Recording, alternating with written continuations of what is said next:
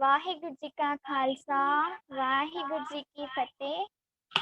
ਅੱਜ ਦੇ ਗੁਰਮਤਿ summer camp ਵਿੱਚ ਆਪ ਸਭ ਦਾ ਬਹੁਤ-ਬਹੁਤ ਸਵਾਗਤ ਹੈ। ਸੋ ਹੁਣ ਆਪਾਂ ਕੈਂਪ ਦੀ ਸ਼ੁਰੂਆਤ ਕਰਦੇ ਹਾਂ ਜੀ। ਅੱਜ ਦੀ ਜਾਪਦੀ ਸੇਵਾ ਗੁਰਲੀਨ ਕੌਰ ਜੀ ਤੇ ਸੁਖਮਨਪ੍ਰੀਤ ਕੌਰ ਜੀ 13708 13709 ईपीपी नंबर ਕਰਨਗੇ ਜੀ। ਪਲੀਜ਼ ਆਪਣਾ ਹੈਂਡ ਰੇਜ਼ ਕਰ ਲਓ ਜੀ। लगता है जी जाप सेवा वाले नहीं है। सो हम ਆਪਾਂ कीर्तन सेवा ਦੀ शुरुआत ਕਰਦੇ ਹਾਂ जी। कीर्तन सेवा रमनप्रीत कौर जी जसकीरत सिंह जी ईपीपी नंबर 11447 11448 मोगा तो करेंगे जी।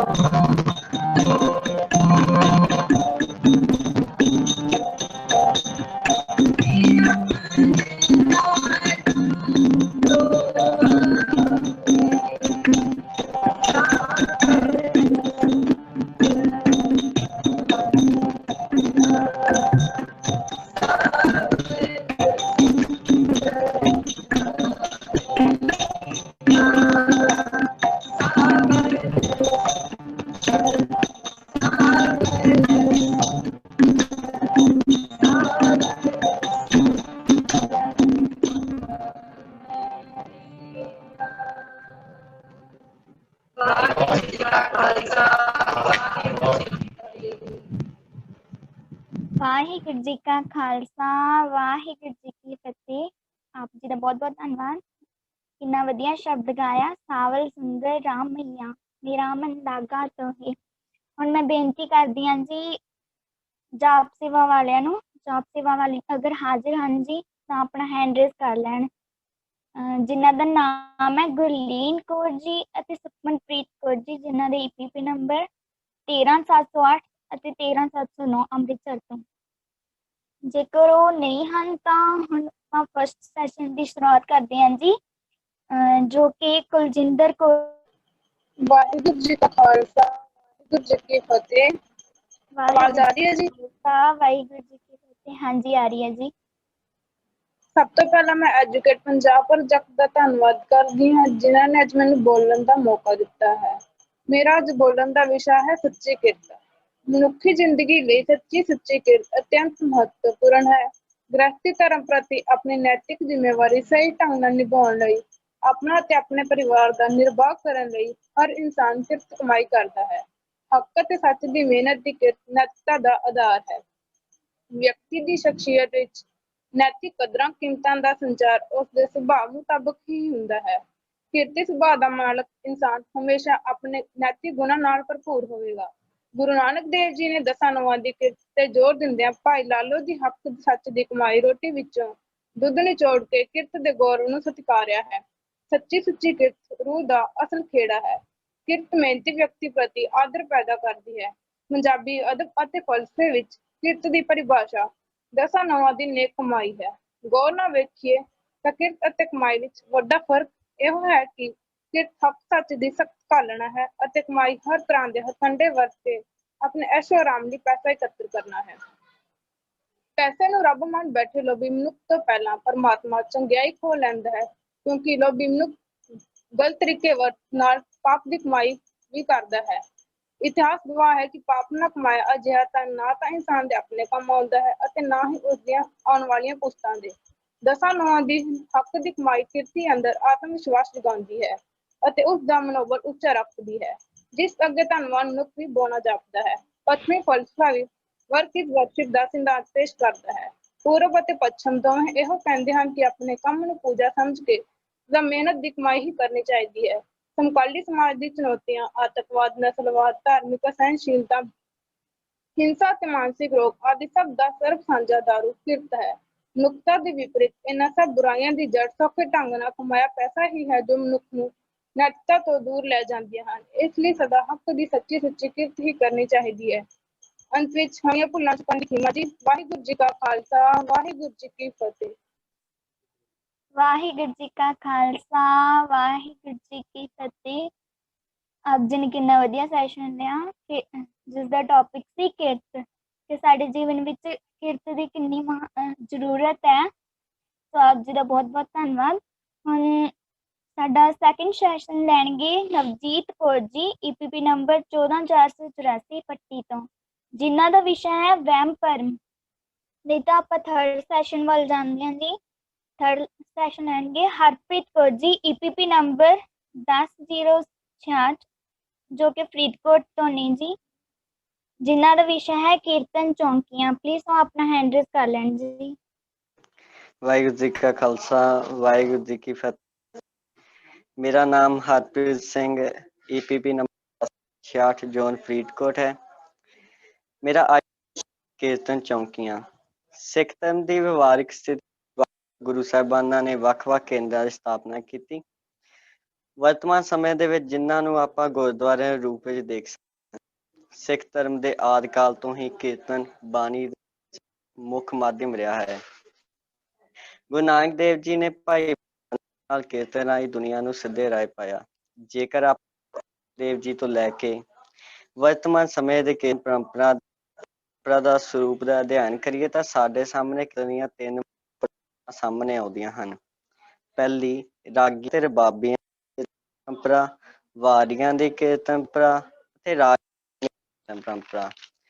ਕੀਰਤਨ ਦੀਆਂ ਇਹਨਾਂ ਤਿੰਨੇ ਪਰੰਪਰਾ ਤੇ ਮਰਿਆਦਿਕ ਸੰਗੀਤ ਰੂਪ ਹੈ ਜੋ ਸਦੀਆਂ ਤੋਂ ਪ੍ਰਚਲਿਤ ਹੋਣ ਤੋਂ ਬਾਅਦ ਵਿਕਸਿਤ ਹੋ ਕੇ ਵਰਤਮਾਨ ਹੋਇਆ ਹੈ। ਇਸ ਲਈ ਇਹਨਾਂ ਤਿੰਨਾਂ ਦਾ ਵਿਸ਼ਲੇਸ਼ਣ ਮਰਿਆਦਿਕ ਕੀਰਤਨ ਚੌਂਕੀਆਂ ਦੇ ਵਿੱਚ ਹੈ। ਕੀਰਤਨ ਚੌਂਕੀਆਂ ਪਰੰਪਰਾ ਸ਼੍ਰੀ ਦਰਬਾਰ ਸਾਹਿਬ ਵਿੱਚ ਕੀਰਤਨ ਪਰੰਪਰਾ ਚੱਲ ਰਹੀ ਹੈ। ਉਹ ਰਾਗਾਤਮਿਕ ਕੀਰਤਨ ਦੀ ਪਰੰਪਰਾ ਚੱਲ ਰਹੀ ਹੈ ਜੋ ਕਿ ਰਾਗ ਜਿਸ ਦੀ ਤੋਂ ਹੈ।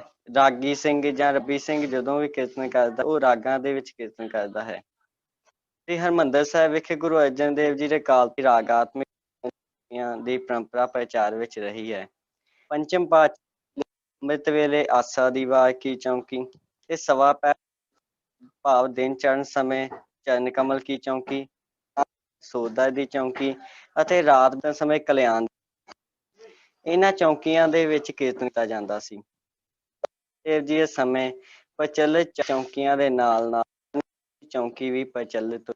ਫਿਰ ਅੱਗੇ ਚੱਲ ਗੁਰੂ ਹਰਗੋਬਿੰਦ ਜੀ ਦੇ ਸਮੇਂ ਇਹਨਾਂ ਗਿਣਤੀ 5 ਹੋ ਗਈ। ਗੁਰੂ ਕੀਰਤਨ ਚੌਂਕੀ ਗਿਣਤੀ 15 ਰਹੀ। ਜੇਕਰ ਅਸੀਂ ਇਸ ਦੀ ਕ੍ਰਮਵਾਰ ਵਿਕਾਸ ਨੂੰ ਦੇਖੀਏ ਤਾਂ 4 ਹੀ ਹੈ। ਇਹਨੂੰ ਰਾਗੀਆਂ ਤੇ ਰੱਬੀਆਂ ਦੇ ਵਿੱਚ ਕੁੱਲ 15 ਕੀਰਤਨ ਚੌਂਕੀਆਂ ਆਈਆਂ ਗਈਆਂ ਹਨ ਜੋ ਚਾਰ ਵਿੱਚ ਹਨ। ਭਾਵੇਂ ਆਜ਼ਾਦੀ ਤੋਂ ਬਾਅਦ ਬਾਬਿਆਂ ਦੁਆਰਾ ਵਿਖੇ ਕੀਰਤਨ ਕਰਨ ਪਰੰਪਰਾ ਸਮਾਪਤ ਹੋ ਗਈ ਹੈ ਪਰ ਵੀ ਇਹਨਾਂ ਕਿਤਨਾ ਚੌਂਕੀਆਂ ਤਰ੍ਹਾਂ ਹੀ ਹੈ। ਕੀਰਤਨ ਚੌਂਕੀਆਂ ਦੇ ਮੁੱਖ ਚਰਨ ਹੁੰਦੇ ਮੰਗਲਾ ਚਰਨ, ਸ਼ੁੱਧਗਾਇਨ, ਪੌੜੀ ਗਾਇਨ। ਜਦੋਂ ਰਾਗੀ ਜਾਂ ਰਬਾਬੀ ਸਿੰਘ ਦਰਬਾਰ ਸਾਹਿਬ ਹੈ ਤਾਂ ਉਹ ਚਰਨਾਂ ਦੇ ਕੀਰਤਨ ਕਰਦਾ ਹੈ। ਫਿਰ ਮੰਗਲਨ ਪੜ੍ਹਦਾ ਹੈ, ਫਿਰ ਸ਼ੁੱਧ ਗਾਇਨ ਕਰਦਾ, ਪੌੜੀ ਗਾਇਨ ਕਰਦਾ। ਵੱਡੀ ਹੂੰ ਵੱਡਾ ਅਪਾਰ ਮਰਤਬਾ ਰੰਗ ਪਰੰਗ ਨਿਕਨਾ ਜਾਤਬਾ ਗਿਆ ਅੰਦਰ ਜੋ ਸਭ ਕਿਛ ਜਾਣ ਲਾ ਕਿਸ ਤੇਰਾ ਵਸ ਤੇਰਾ ਤੇਰਾ ਘਰ ਅੰਦਰ ਵਧਾਈ ਕਰ ਤਾ ਤੇਜ ਆਪ ਜਨ ਸਰਬ ਕਲਾ ਦੀਸੈ ਜਤ ਕਾ ਨਾਨਕ ਦਾਨ ਦਾਸ ਬਿਨਵਤਾ। ਨਾਨਕ ਦਾਸਨ ਦਾਤੂ ਦੇ ਆਗਿਆ ਬਿਨਵਤਾ। ਜਦੋਂ ਵੀ ਰਾਗੀ ਸਿੰਘ ਪ੍ਰਾਪਤੀ ਕਰਦਾ ਸਾਹਿਬ ਵਿਖੇ ਤੇ ਉਹ ਪੌੜੀ ਜ਼ਰੂਰ ਪੜ੍ਹਦਾ ਹੈ। ਇੰਨਾ ਕੁਝ ਕਹਿੰਦਾ ਹੋਇਆ ਕਿ ਮੈਂ ਜਾਚਕਾਂ ਆਖ ਵਾਹਿਗੁਰੂ ਜੀ ਵਾਹਿਗੁਰੂ ਜੀ ਕੀ ਫਤਿਹ। ਵਾਹਿਗੁਰੂ ਜੀ ਕਾ ਖਾਲਸਾ ਵਾਹਿਗੁਰੂ ਜੀ ਕੀ ਫਤਿਹ। ਵੀਰ ਜੀ ਆਪ ਜੀ ਦਾ ਬਹੁਤ ਬਹੁਤ ਧੰਨਵਾਦ। ਹੁਣ ਆਪਾਂ ਅਗਲੇ ਸੈਸ਼ਨ ਵੱਲ ਚੱਲਦੇ ਹਾਂ ਜੀ ਜੋ ਕਿ ਕਿਰਨਦੀਪ ਕੌਰ ਜੀ ਲੈਣਗੇ ਜਿਨ੍ਹਾਂ ਦਾ EPP ਨੰਬਰ ਹੈ 11441। ਵਾਹਿਗੁਰੂ ਜੀ ਕਾ ਖਾਲਸਾ ਵਾਹਿਗੁਰੂ ਜੀ ਕੀ ਫਤਿਹ। ਵਾਹਿਗੁਰੂ ਜੀ ਕਾ ਖਾਲਸਾ ਵਾਹਿਗੁਰੂ ਜੀ ਕੀ ਫਤਿਹ ਜੀ। ਜੀ ਆਵਾਜ਼ ਆ ਰਹੀ ਹੈ? हाँ जी आ रही है जी।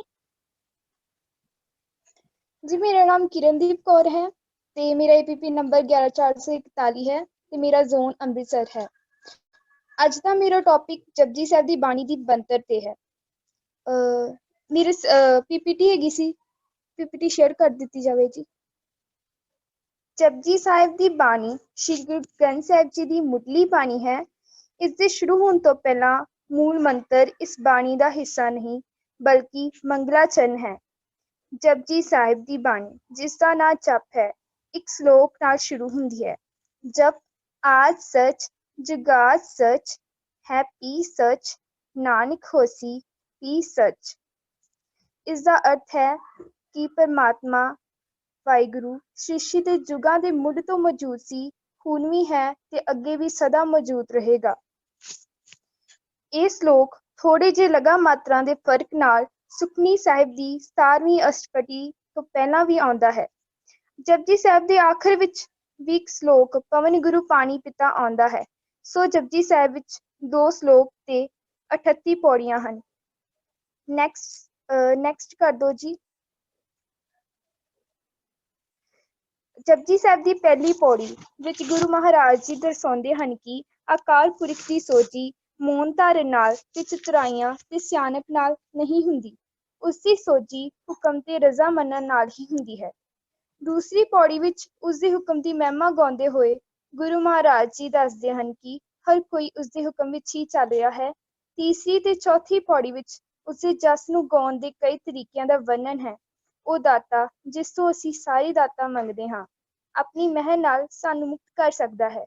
ਪੰਜਵੀਂ ਪੌੜੀ ਵਿੱਚ ਵਾਹਿਗੁਰੂ ਦੇ ਗੁਣਾਂ ਦਾ ਬਿਆਨ ਕਰਦੇ ਹੋਏ ਅਗਲੀਆਂ 2 ਪੌੜੀਆਂ ਵਿੱਚ ਇਹ ਦੱਸਿਆ ਹੈ ਕਿ ਉਹ ਸਾਰੇ ਜੀਵ ਜੰਤੂਆਂ ਦਾ ਮਾਲਿਕ ਹੈ ਤੇ ਉਸਨੂੰ ਵਿਸਾਰਨਾ ਨਹੀਂ ਚਾਹੀਦਾ।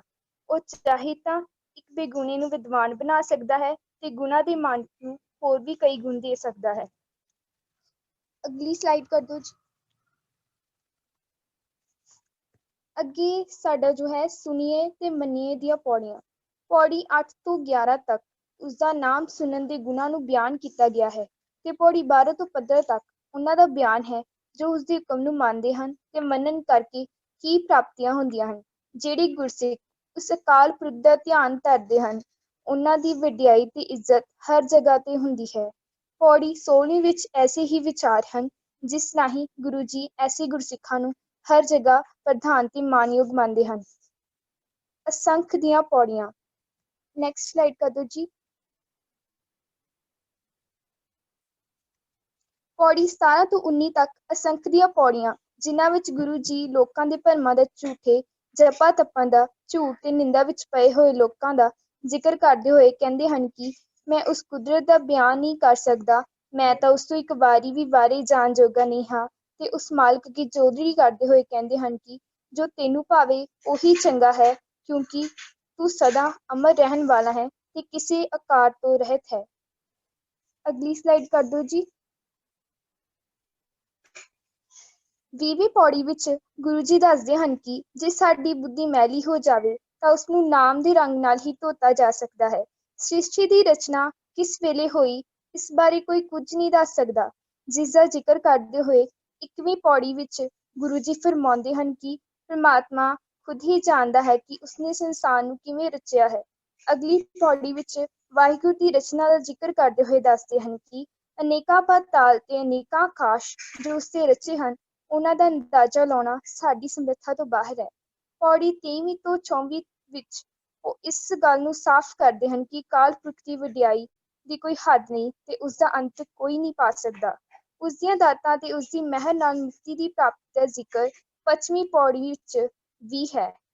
26ਵੀਂ ਪੌੜੀ ਵਿੱਚ ਆਪਣੇ ਵਿਚਾਰ ਨੂੰ ਅੱਗੇ ਲਿਜਾਂਦੇ ਹੋਏ ਆਪ ਫਰਮਾਉਂਦੇ ਹਨ ਕਿ ਵੇਦ ਤੇ ਕੁਰਾਨ ਵੀ ਉਸਦੀ ਮਹਿਮਾ ਗਾਉਂਦੇ ਹਨ। ਉਸਦੀ ਵਡਿਆਈ ਗਾਉਣ ਵਾਲਿਆਂ ਵਿੱਚ ਬ੍ਰਹਮਾ, ਇੰਦਰ, ਸ਼ਿਵ ਜੀ ਤੇ ਮਹਾਤਮਾ ਬੁੱਧ ਵਰਗੇ ਦੇਵ ਵੀ ਹਨ ਤੇ ਕਈ ਦੈਤ ਵੀ ਹਨ, ਪਰ ਉਸਦੀ ਵਡਿਆਈ ਬਿਆਨੀ ਨਹੀਂ ਜਾ ਸਕਦੀ। ਜੇ ਕੋਈ ਇਹ ਕਹੇ ਕਿ ਰੱਬ ਕਿੰਨਾ ਵੱਡਾ ਹੈ, ਇਸ ਦਾ ਬਿਆਨ ਹੋ ਸਕਦਾ ਹੈ, ਤਾਂ ਉਸਨੂੰ ਮੂਰਖਾਂ ਦਾ ਮੂਰਖ ਜਾਣਨਾ ਚਾਹੀਦਾ ਹੈ। ਅਗਲੀ ਸਲਾਈਡ ਕਰ ਦਿਓ ਜੀ। ਸੌਦਰ ਦੀ ਪੌੜੀ। 27ਵੀਂ ਪੌੜੀ ਵਿੱਚ ਪਰਮਾਤਮਾ ਦੇ ਦਰ ਦਾ ਜ਼ਿਕਰ ਕਰਦੇ ਹੋਏ ਅਗਲੀਆਂ 4 ਪੌੜੀਆਂ ਵਿੱਚ ਗੁਰੂ ਜੀ ਸਾਨੂੰ ਉਹਨਾਂ ਗੁਣਾਂ ਬਾਰੇ ਦੱਸਦੇ ਹਨ ਜਿਨ੍ਹਾਂ ਨਾਲ ਅਸੀਂ ਵਾਹਿਗੁਰੂ ਦੇ ਨੇੜੇ ਹੋ ਕੇ ਉਸਨੂੰ ਨਮਸਕਾਰ ਕਰ ਸਕਦੇ ਹਾਂ, ਜੋ ਪਵਿੱਤਰ ਹੈ, ਮੁੱਢ ਤੋਂ ਹੈ ਤੇ ਸਦਾ ਇੱਕ ਰੱਬ ਰਹਿੰਦਾ ਹੈ। ਇਹਨਾਂ ਗੁਣਾਂ ਵਿੱਚ ਮਿਹਨਤ, ਇੱਜ਼ਤ ਤੇ ਕਮਾਈ, ਵਿਸ਼ੇ ਵਿਕਾਰਾਂ ਤੋਂ ਦੂਰੀ ਆਦਿ ਸ਼ਾਮਲ ਹਨ। ਗੁਰੂ ਜੀ ਕਹਿੰਦੇ ਹਨ ਕਿ ਮਨ ਨੂੰ ਜਿੱਤ ਕੇ ਹੀ ਸੰਸਾਰ ਤੇ ਫਤਿਹ ਪ੍ਰਾਪਤ ਹੋ ਸਕਦੀ ਹੈ। ਰਿੱਧੀਆਂ ਸਿੱਧੀਆਂ ਰੱਬ ਦੇ ਮਿਲਾਪ ਵੱਲ ਨਹੀਂ ਲਿਜਾਂਦੀਆਂ, ਬਲਕਿ ਗਿਆਨ, ਦਇਆ ਤੇ ਸਿੱਦਕ ਉਸਦੇ ਨੇੜੇ ਲਿਜਾਂਦੇ ਹਨ। ਬ੍ਰਹਮਾ, ਵਿਸ਼ਨੂੰ ਤੇ ਸ਼ਿਵ ਵੀ ਉਸ ਹੁਕਮ ਅਨੁਸਾਰ ਹੀ ਚੱਲਦੇ ਹਨ। 31ਵੀਂ ਪੌੜੀ ਵਿੱਚ ਗੁਰੂ ਜੀ ਫਰਮਾਉਂਦੇ ਹਨ ਕਿ ਵਾਹਿਗੁਰੂ ਦੇ ਹੱਥ ਵਿੱਚ ਸਭ ਖਜ਼ਾਨੇ ਹਨ, ਉਹੀ ਸਭ ਨੂੰ ਸਿਰਜਦਾ ਹੈ ਤੇ ਉਹੀ ਸਭ ਨੂੰ ਪਾਲਦਾ ਹੈ। ਨੈਕਸਟ ਸਲਾਈਡ ਕਰ ਦਿਓ ਜੀ।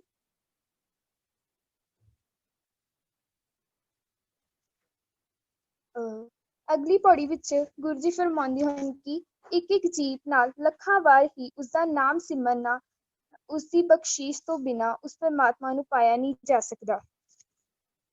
33ਵੀਂ ਪੌੜੀ ਵਿੱਚ ਅਨੁਸਾਰ ਸਾਡੇ ਵਿੱਚ ਆਪਣੀ ਕੋਈ ਵੀ ਤਾਕਤ ਨਹੀਂ, ਸਾਨੂੰ ਤਾਂ ਮੰਗਣਾ ਵੀ ਨਹੀਂ ਆਉਂਦਾ ਤੇ ਨਾ ਹੀ ਅਸੀਂ ਕੁਛ ਕਰ ਸਕਦੇ ਹੀ ਹਾਂ।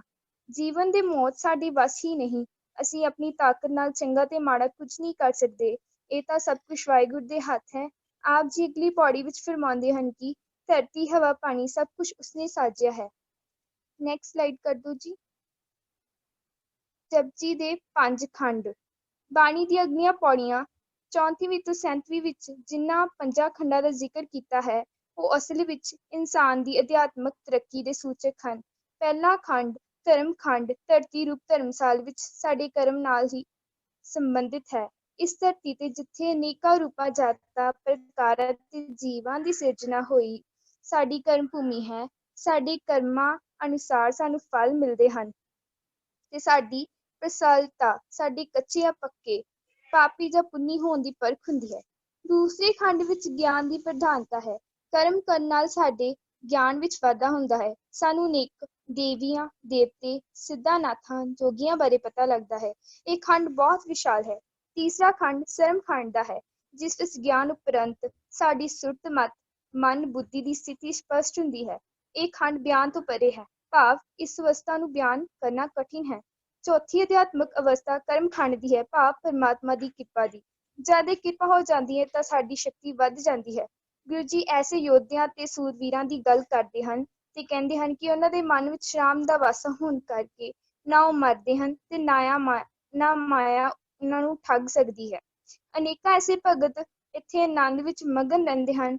ਪੰਜਵੀਂ ਸਥਿਤੀ ਸੱਚ ਖੰਡ ਦੀ ਹੈ, ਜਿਸ ਵਿੱਚ ਨਿਰੰਕਾਰ ਦਾ ਵਾਸ ਹੈ। ਇਸ ਖੰਡ ਵਿੱਚ ਉਸਦੇ ਹੁਕਮ ਨੂੰ ਪਾਲਦੇ ਹੋਏ ਅਨੇਕਾਂ ਖੰਡ ਮੰਡਲ ਬ੍ਰਹਿਮੰਡ ਅਤੇ ਉਹਨਾਂ ਵਿੱਚ ਵਸਦੇ ਸਾਧਕ ਹਨ। ਇਹ ਸਭ ਤੋਂ ਉੱਚੀ ਅਵਸਥਾ ਹੈ।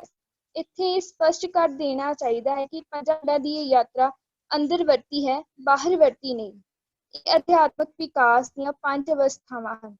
ਆਖਿਰ ਵਿੱਚ ਗੁਰੂ ਜੀ ਨੇ ਸੁਨਹਿਰੀ ਦੀ ਪੱਟੀ ਦੇ ਰੂਪਕ ਰਾਹੀਂ ਸ਼ਬਦ ਦੀ ਟਕਸਾਲ ਚਿਤਰਨ ਕੀਤਾ ਹੈ ਤੇ ਸਾਨੂੰ ਆਪਣੀ ਜ਼ਿੰਦਗੀ ਜਤ, ਧੀਰਜ ਤੇ ਗਿਆਨ ਨਾਲ ਬਿਤਾਉਣ ਦਾ ਉਪਦੇਸ਼ ਦਿੱਤਾ ਹੈ।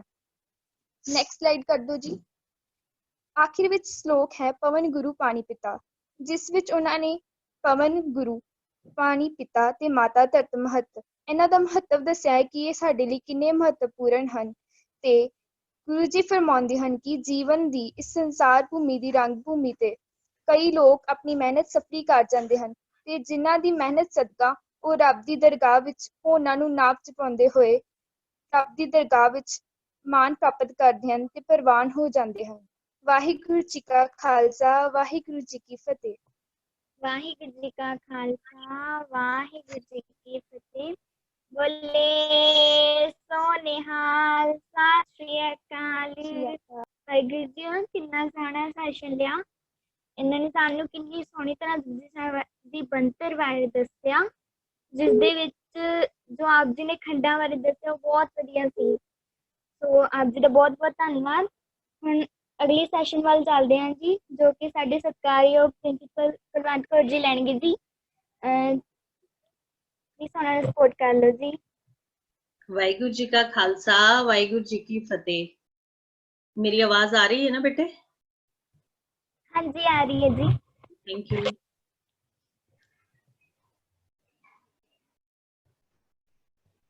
ਅੱਜ ਦੇ ਸਪੋਕਨ ਇੰਗਲਿਸ਼ ਦੇ ਸੈਸ਼ਨ ਦੇ ਵਿੱਚ ਅਸੀਂ ਕੁਝ ਉਹ ਸੈਂਟੈਂਸਸ ਜਿਹੜੇ ਕਿ ਕਾਮਨਲੀ ਅਸੀਂ ਗਲਤੀਆਂ ਕਰਦੇ ਹਾਂ ਬੋਲਣ ਦੇ ਵਿੱਚ ਤੇ ਜਾਂ ਲਿਖਣ ਦੇ ਵਿੱਚ, ਅਸੀਂ ਉਹ ਕਰਾਂਗੇ। ਸੋ ਸਭ ਤੋਂ ਪਹਿਲੇ ਹੈ our topic is errors in the use of nouns. Nouns ਤੁਹਾਨੂੰ ਸਾਰੇ ਬੱਚਿਆਂ ਨੂੰ ਪਤਾ ਹੈ, ਨਾਮ ਨੂੰ ਕਹਿੰਦੇ ਨੇ errors ਹੁੰਦੀਆਂ ਨੇ mistakes, ਗਲਤੀਆਂ। errors in the use of noun, ਅਸੀਂ nouns ਦੇ use ਦੇ ਵਿੱਚ ਅਸੀਂ ਕਿਹੜੀਆਂ ਗਲਤੀਆਂ ਕਰਦੇ ਹਾਂ, ਅੱਜ ਅਸੀਂ ਉਹ ਕਰਾਂਗੇ। So it's a short topic, ਲੇਕਿਨ I think it's an interesting one.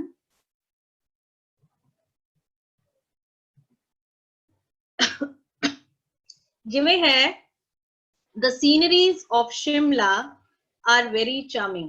The sceneries of Shimla are very charming. मतलब शिमला दी ਜਿਹੜੀ ਸੀਨਰੀਜ਼ ਹੈ ਨਾ ਉਹ ਬਹੁਤ ਵਧੀਆ ਨੇ, ਬਹੁਤ ਸੋਹਣੀਆਂ ਨੇ। ਇੱਥੇ ਅਸੀਂ ਕੀ ਗਲਤੀ ਕਰ ਰਹੇ ਹਾਂ, ਅਸੀਂ ਸੀਨਰੀਜ਼ ਨਹੀਂ ਲਿਖਾਂਗੇ, ਅਸੀਂ ਕੀ ਲਿਖਾਂਗੇ, the scenery of Shimla is very charming. Shimla ਦਾ ਜਿਹੜਾ ਦ੍ਰਿਸ਼ ਹੈ ਨਾ, ਸੀਨਰੀ, ਉੱਥੋਂ ਦਾ ਸੀਨ, ਉਹ ਬਹੁਤ ਵਧੀਆ ਹੈ। ਸੋ ਅਸੀਂ ਕਦੇ ਇਸ ਤਰ੍ਹਾਂ ਨਹੀਂ ਲਿਖਾਂਗੇ sceneries of Shimla. instead we will write the scenery of Shimla is very charming, यानी जो शिमला है ਉਹਦੀ ਦਿੱਖ ਜਿਹੜੀ ਹੈ ਉਹ ਬਹੁਤ ਅੱਛੀ ਹੈ, ਉੱਥੇ ਜੋ ਵੀ ਸੀਨਸ ਨੇ, ਵਿਊ ਹੈ ਉੱਥੋਂ ਦਾ, ਉਹ ਬਹੁਤ ਵਧੀਆ ਹੈ। ਨੈਕਸਟ ਇਜ਼, ਇਹ ਮਿਸਟੇਕ ਤਕਰੀਬਨ ਅਸੀਂ ਸਾਰੇ ਕਰਦੇ ਹਾਂ, her hairs are jet black, ਉਸਦੇ ਵਾਲ ਕਾਲੇ ਸ਼ਾਹ ਹੈ। ਜੈਟ ਬਲੈਕ ਹੁੰਦਾ ਬਿਲਕੁਲ ਕਾਲਾ ਰੰਗ ਹੁੰਦਾ ਨਾ, ਕਾਲਾ ਸ਼ਾਹ ਬੋਲਦੇ ਆ ਜਿਹਨੂੰ, ਉਹ ਹੈ। her hairs are jet black. So the mistake is hair ਕਦੇ ਵੀ plural form ਚ use ਨਹੀਂ ਹੁੰਦਾ। her hair is jet black, ਅਸੀਂ ਹਮੇਸ਼ਾ hair ਨੂੰ is singular ਦੇ ਵਿੱਚ ਲੈਂਦੇ ਆ, ਕਦੇ ਵੀ ਉਹਦੇ ਨਾਲ ਅਸੀਂ s ਨਹੀਂ ਲਗਾਉਂਦੇ। ਔਰ ਕਿਉਂਕਿ s ਨਹੀਂ ਲਗਾਉਂਦੇ ਫਿਰ ਅਸੀਂ r ਨਹੀਂ ਕਵਾਂਗੇ, ਅਸੀਂ ਕੀ ਕਵਾਂਗੇ, her hair is jet black, her hair is black। अच्छा, फिर जे अगर चिट्टे वाल है तो ਅਸੀਂ ਉਹਨਾਂ ਨੂੰ white नहीं कवांगे, ਅਸੀਂ ਉਹਨਾਂ ਨੂੰ ਕੀ ਕਵਾਂਗੇ, grey। her hair is grey, मतलब ਉਹਦੇ ਵਾਲ ਚਿੱਟੇ ਨੇ, grey hair ਕਹਿੰਦੇ ਉਹਨਾਂ ਨੂੰ, white ਨਹੀਂ ਕਹਿੰਦੇ ਅਸੀਂ।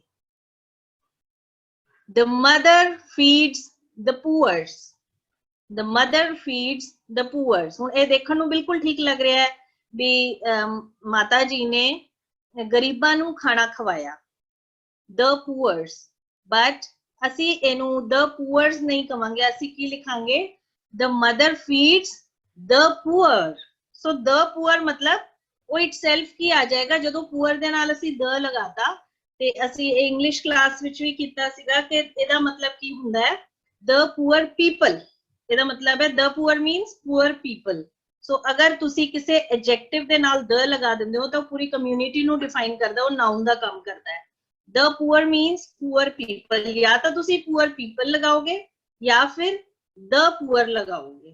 the poor means poor people, so we won't use s instead, ਅਸੀਂ नहीं करेंगे ਇਹਦੇ ਵਿੱਚ।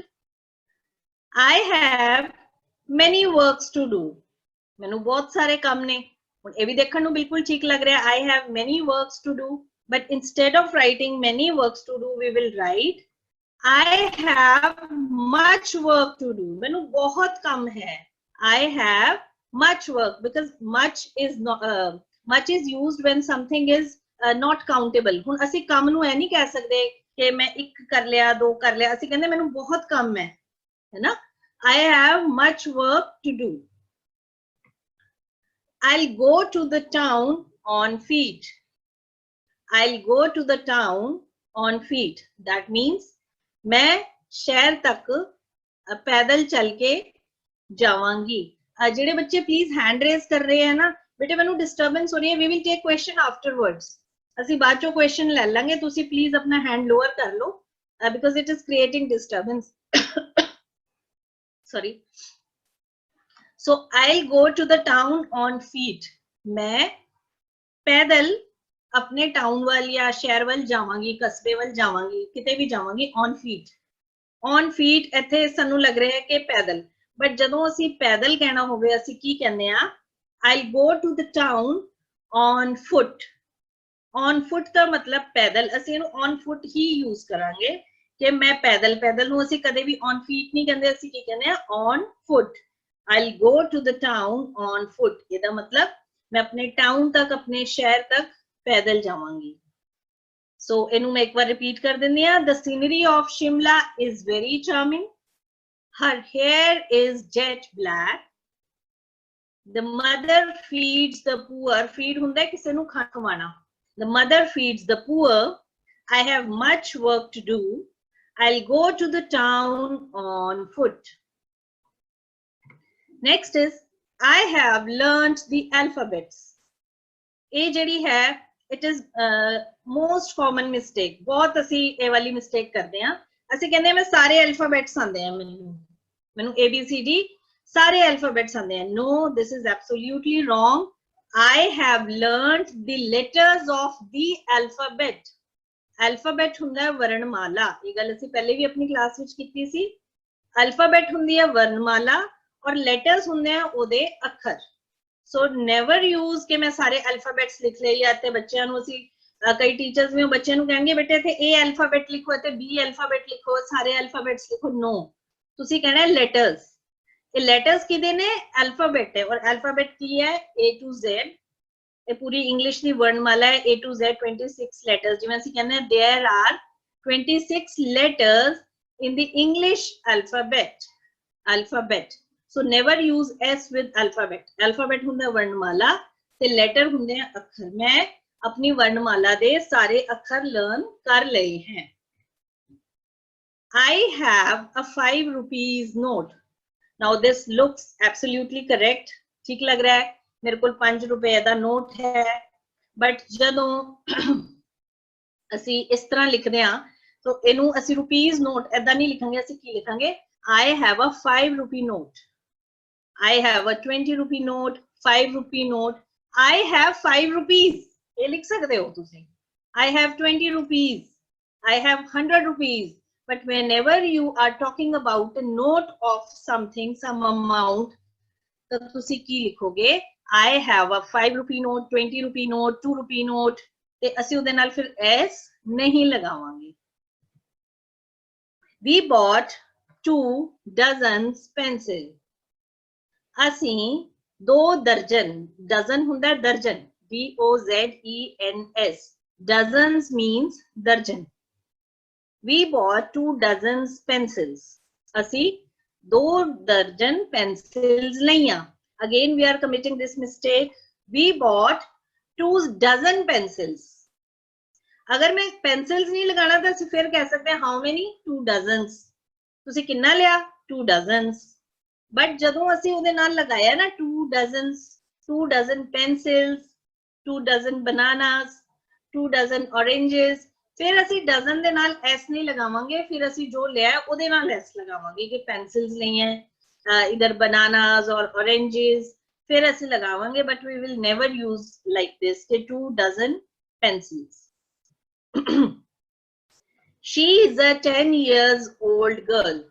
अगेन वही चीज, वो 10 साल दी 10 साला कुड़ी है। She is a 10 years old girl। तो असी इत्थे की लिखांगे? She is a 10-year-old girl। ठीक है, या तो असी लिखो she is 10 years old।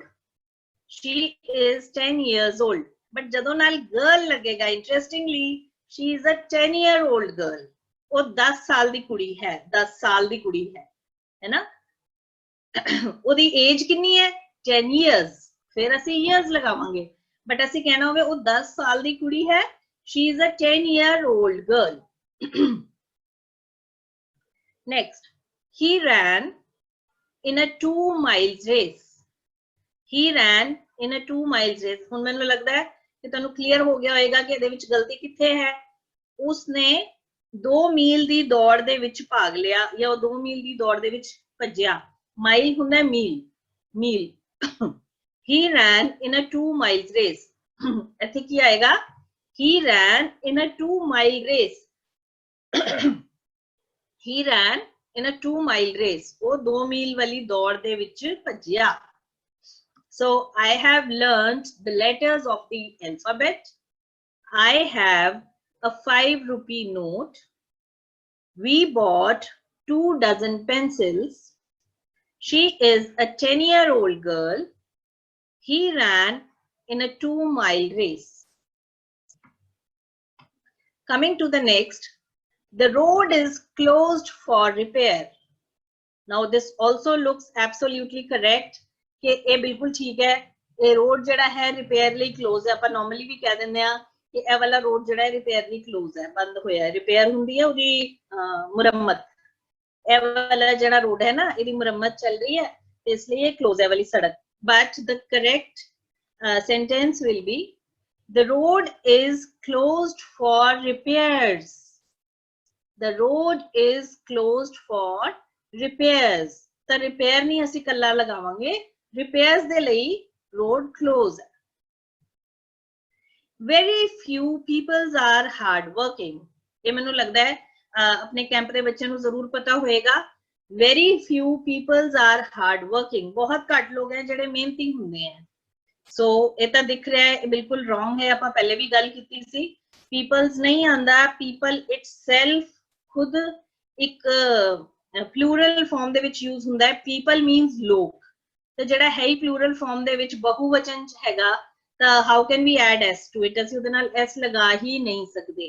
हाँ बच्चे, बट एक गल है, जे तुसी बहुत हायर लेवल दी ग्रामर्स पढ़ोगे ना, उत्थे पीपल दे नाल एस लग्या होएगा, क्योंकि ये बहुत हायर लेवल दी ग्रामर दे विच है कि पीपल्स दा मतलब नेशन भी हुंदा है, कंट्री भी हुंदा है, बट वो किथे यूज हुंदा है, वो इस स्टेज ते तुहानू मतलब ओदी लोड़ नहीं है। तुसी फिलहाल यही सोचना है कि जेड़ा पीपल है ओदा मतलब हुंदा लोग, very few people are hard working, बहुत घट लोग हुंदे हैं जेड़े हार्ड वर्किंग है। So we won't add s to people. His spectacle is very expensive. Spectacle is very expensive. Spectacle ਹੁੰਦਾ ਚਸ਼ਮਾ, ਇਹਨੂੰ ਅਸੀਂ spectacle ਕਹਿੰਦੇ ਆ, but ਅਸੀਂ ਇਹਨੂੰ spectacle ਨਹੀਂ, ਅਸੀਂ ਇਹਨੂੰ spectacles ਕਹਿੰਦੇ ਆ। ਉਸਦੀ ਐਨਕ ਬਹੁਤ ਕੀਮਤੀ ਹੈ, expensive ਹੁੰਦਾ ਹੈ ਕੀਮਤੀ, costly, expensive, expensive means ਕੀਮਤੀ, ਉਸਦੀ spectacles ਬਹੁਤ ਕੀਮਤੀ ਹਨ। His spectacles are very expensive. Spectacles है क्योंकि because it has two glasses, इस करके ये जड़ा है plural form च हुंदा है और इहदे नाल s लग्या हुंदा है, और spectacles ही कवांगे इनू कि ओदी जड़ी spectacles हैं वो बहुत expensive है, बहुत costly है, इनू ਅਸੀਂ plural form दे विच ही use करांगे।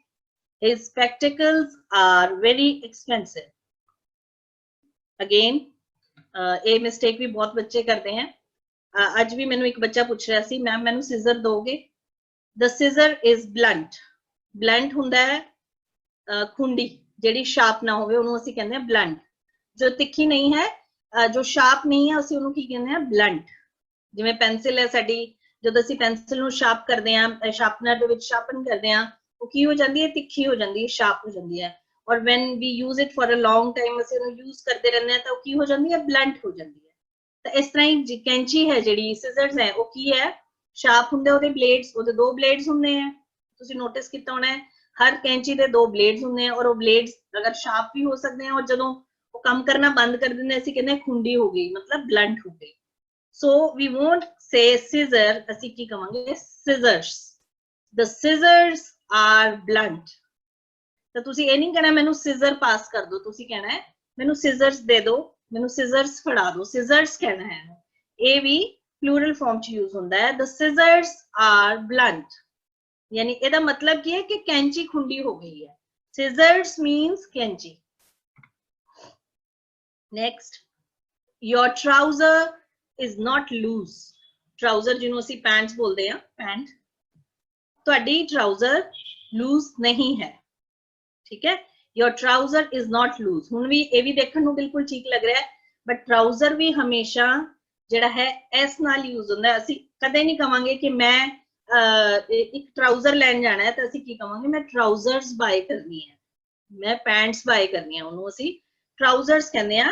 Your trousers are not loose, loose ये सस्से नाल है, लूज हुंदा है जो खुला, तुहाडी ट्राउजर्स खुलियां नहीं है, टाइट है, मतलब आर नॉट लूज। एक हुंदा LOSE दैट इज लूज, ओदा मतलब हुंदा किसी चीज नू गवा देना, lose, I have lost the match, है ना, लूज हुंदा गवा देना, LOSE लूज, और LOOSE जेड़ा है उन्होंने ਅਸੀਂ ਕਹਿੰਦੇ लूज सस्से नाल, सो ਇਹਦਾ मतलब हुंदा ढिला।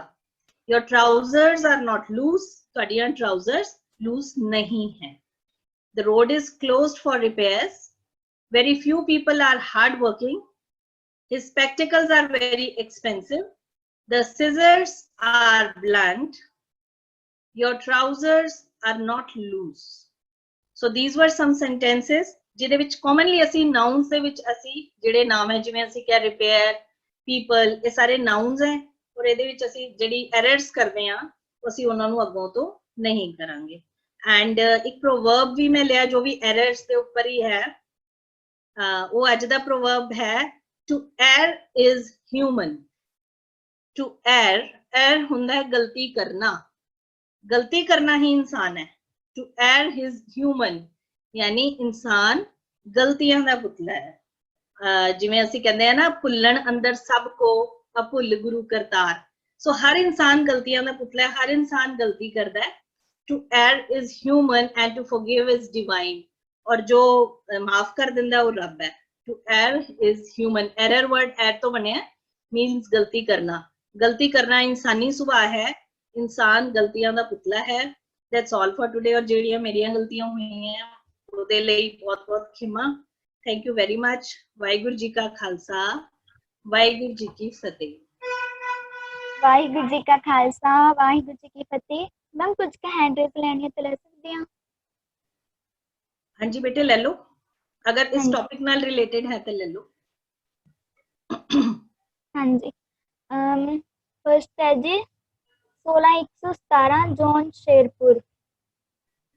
ਹਾਂਜੀ, ਵਾਹਿਗੁਰੂ ਜੀ ਕਾ ਖਾਲਸਾ, ਵਾਹਿਗੁਰੂ ਜੀ ਕੀ ਫਤਿਹ।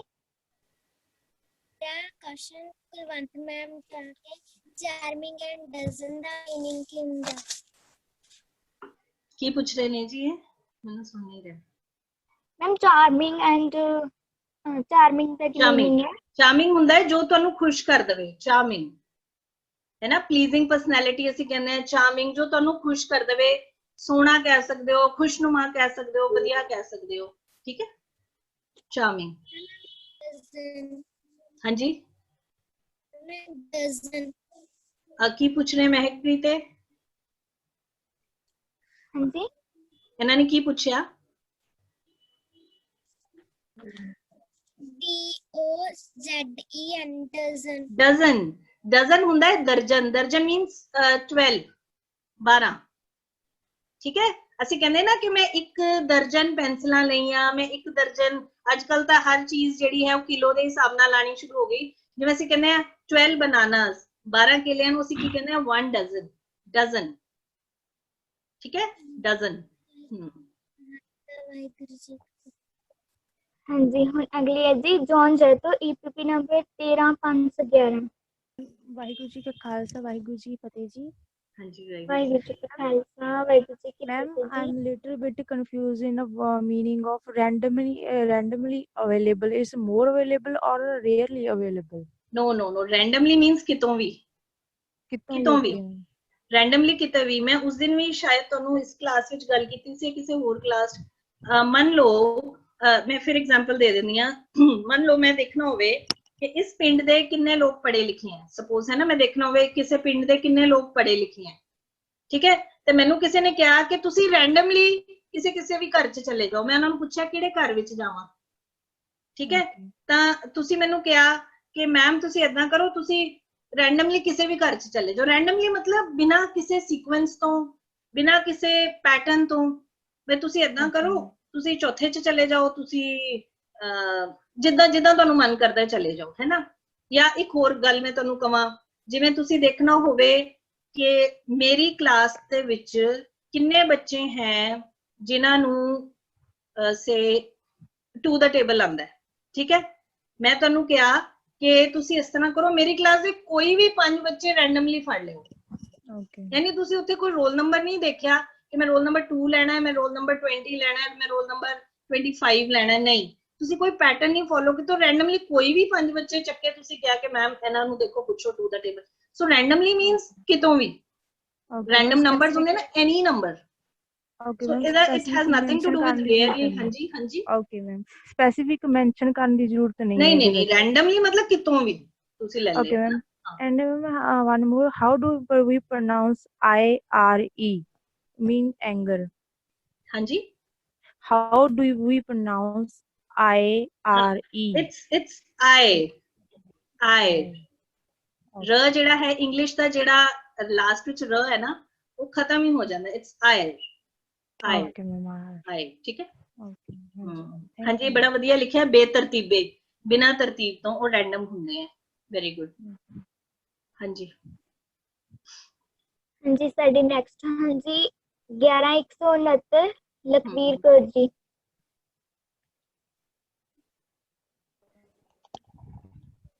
ਵਾਹਿਗੁਰੂ ਜੀ ਕਾ ਖਾਲਸਾ, ਵਾਹਿਗੁਰੂ ਜੀ ਕੀ ਫਤਿਹ ਜੀ। ਹਾਂਜੀ। Ma'am, how do we pronounce BLUNT? दोबारा बोलो, स्पेलिंग बोलो। BLUNT. ब्लंट, ब्लंट, BLUNT ना? हाँ जी मैम। हाँ जी, ये ਹੁੰਦਾ ਬਲੰਟ। ਬਲੰਟ ਹੁੰਦਾ ਹੈ ਖੁੰਡਾ, ਜਿਵੇਂ ਪੈਨਸਿਲ ਸ਼ਾਰਪ ਹੁੰਦੀ ਹੈ ਤਿੱਖੀ, ਤੇ ਜਦੋਂ ਪੈਨਸਿਲ ਖੁੰਡੀ ਹੋ ਜਾਂਦੀ ਹੈ ਅਸੀਂ ਕੀ ਕਹਿੰਦੇ ਪੈਨਸਿਲ ਬਲੰਟ ਹੋ ਗਈ ਹੈ। ਠੀਕ ਹੈ। ਬਲੰਟ ਦਾ ਇੱਕ ਹੋਰ ਜਵਾਬ ਵੀ ਹੁੰਦਾ ਹੈ ਸਿੱਧਾ, ਜਿਵੇਂ he gave me a blunt reply, ਉਹਨੇ ਮੈਨੂੰ ਟਕੇ ਵਰਗਾ ਜਵਾਬ ਦੇ ਦਿੱਤਾ, ਬਲੰਟ ਹੈ ਨਾ। ਕਈ ਲੋਕ ਹੁੰਦੇ ਨਾ ਜਿਵੇਂ ਕਹਿੰਦੇ ਆ ਬਿਲਕੁਲ ਉਹਨੇ ਤਾਂ ਮੈਨੂੰ ਸਿੱਧਾ ਜਵਾਬ ਦੇਤਾ, ਸਿੱਧਾ ਮੇਰੇ ਮੂੰਹ ਤੇ ਮਾਰੀ ਗੱਲ, ਤਾਂ ਉਹਨੂੰ ਵੀ ਅਸੀਂ ਬਲੰਟ ਰਿਪਲਾਈ ਕਹਿੰਦੇ ਆ। Okay ma'am. ਬਲੰਟ ਦੇ ਮਤਲਬ ਤੁਸੀਂ ਦੋ ਤਰੀਕੇ ਯੂਜ਼ ਕਰ ਸਕਦੇ ਹੋ blunt. Okay ma'am, thank you जी। वाहिगुरु जी का खालसा वाहिगुरु जी। ਫਤਿਹ। हाँ जी साडे नेक्स्ट हाँ जी 14181 एंड 14180 ईस्वी। ਇਹ ਬਲੰਟ ਦਾ ਮਤਲਬ ਘਿਸਣਾ ਲਿਖਿਆ ਨਹੀਂ ਬੱਚੇ, ਘਿਸਣਾ ਨਹੀਂ ਹੁੰਦਾ ਬਲੰਟ ਦਾ ਮਤਲਬ। ਬਲੰਟ ਦਾ ਮਤਲਬ ਖੁੰਡਾ ਹੁੰਦਾ ਹੈ। ਹਾਂਜੀ ਨੈਕਸਟ। Audible ma'am? ਹਾਂਜੀ ਹਾਂਜੀ, very much audible. Am I audible? ਹਾਂਜੀ ਹਾਂਜੀ, ਯੂ ਆਰ ਵੈਰੀ ਆਡੀਬਲ। ਹਾਂਜੀ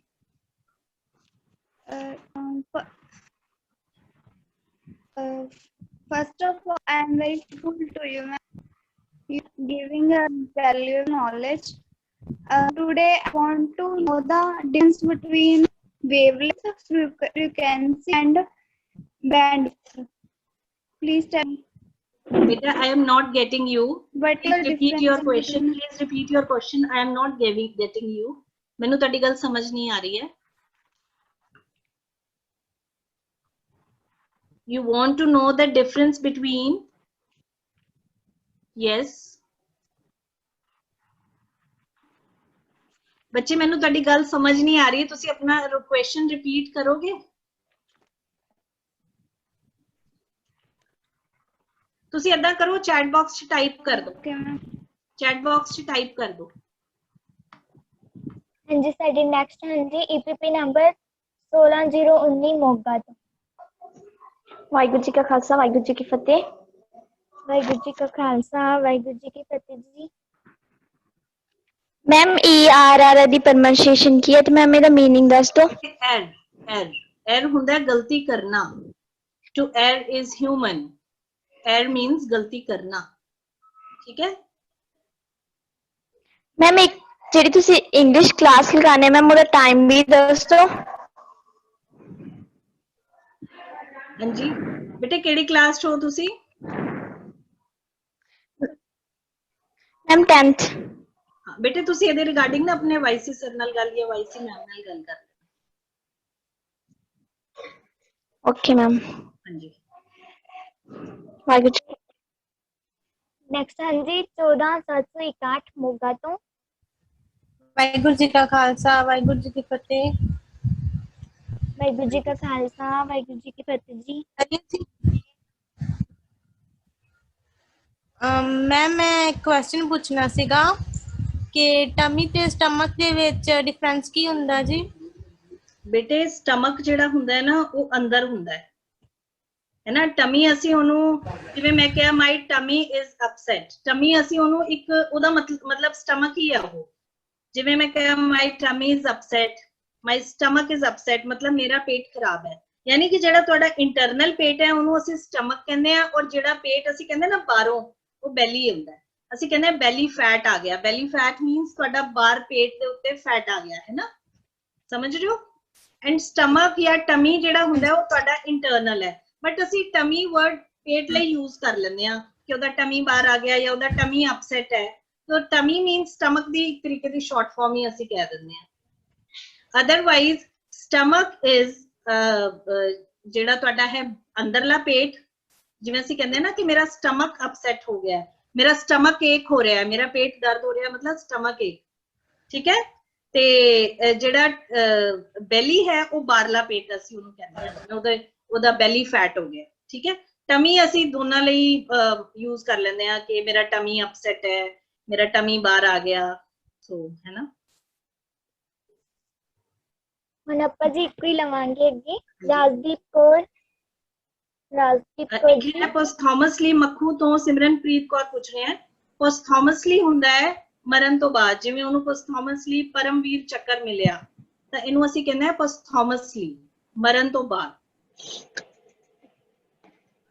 ਇੱਕ 16001 ਬੱਚਾ ਕੁਝ ਕੁਐਸਚਨ ਪੁੱਛਣਾ ਚਾਹੁੰਦਾ ਹੈ, ਬੜੇ ਜ਼ਰੂਰੀ, ਜੇ ਉਹਨਾਂ ਨੂੰ ਲੈ ਲਓ ਤਾਂ ਵਧੀਆ ਗੱਲ ਹੈ। 16001 ਹਾਂਜੀ ਇਹਨਾਂ ਨੇ ਬੜੇ ਇੰਪੋਰਟੈਂਟ ਕੁਐਸਚਨਸ ਪੁੱਛੇ ਆ, ਤੇ ਅਗਰ ਉਹ ਆ ਜਾਣ ਸਕਰੀਨ ਤੇ ਤਾਂ ਵਧੀਆ ਹੈ। ਹਾਂਜੀ ਉਹ ਆਪਣਾ ਹੈਂਡ ਰੇਜ਼ ਕਰ ਲੈਣ ਜੀ ਜੀ। 16001 ਆਪਣਾ ਹੈਂਡ ਰੇਜ਼ ਕਰ ਲੈਣ। ਨੈਕਸਟ ਜੀ ਰਾਜਦੀਪ ਕੌਰ ਜੀ। ਮੈਮ ਵਾਹਿਗੁਰੂ ਜੀ ਕਾ ਖਾਲਸਾ ਵਾਹਿਗੁਰੂ ਜੀ ਕੀ ਫਤਿਹ। ਵਾਹਿਗੁਰੂ ਜੀ ਕਾ ਖਾਲਸਾ ਵਾਹਿਗੁਰੂ ਜੀ ਕੀ ਫਤਿਹ ਜੀ। Ma'am how we to pronounce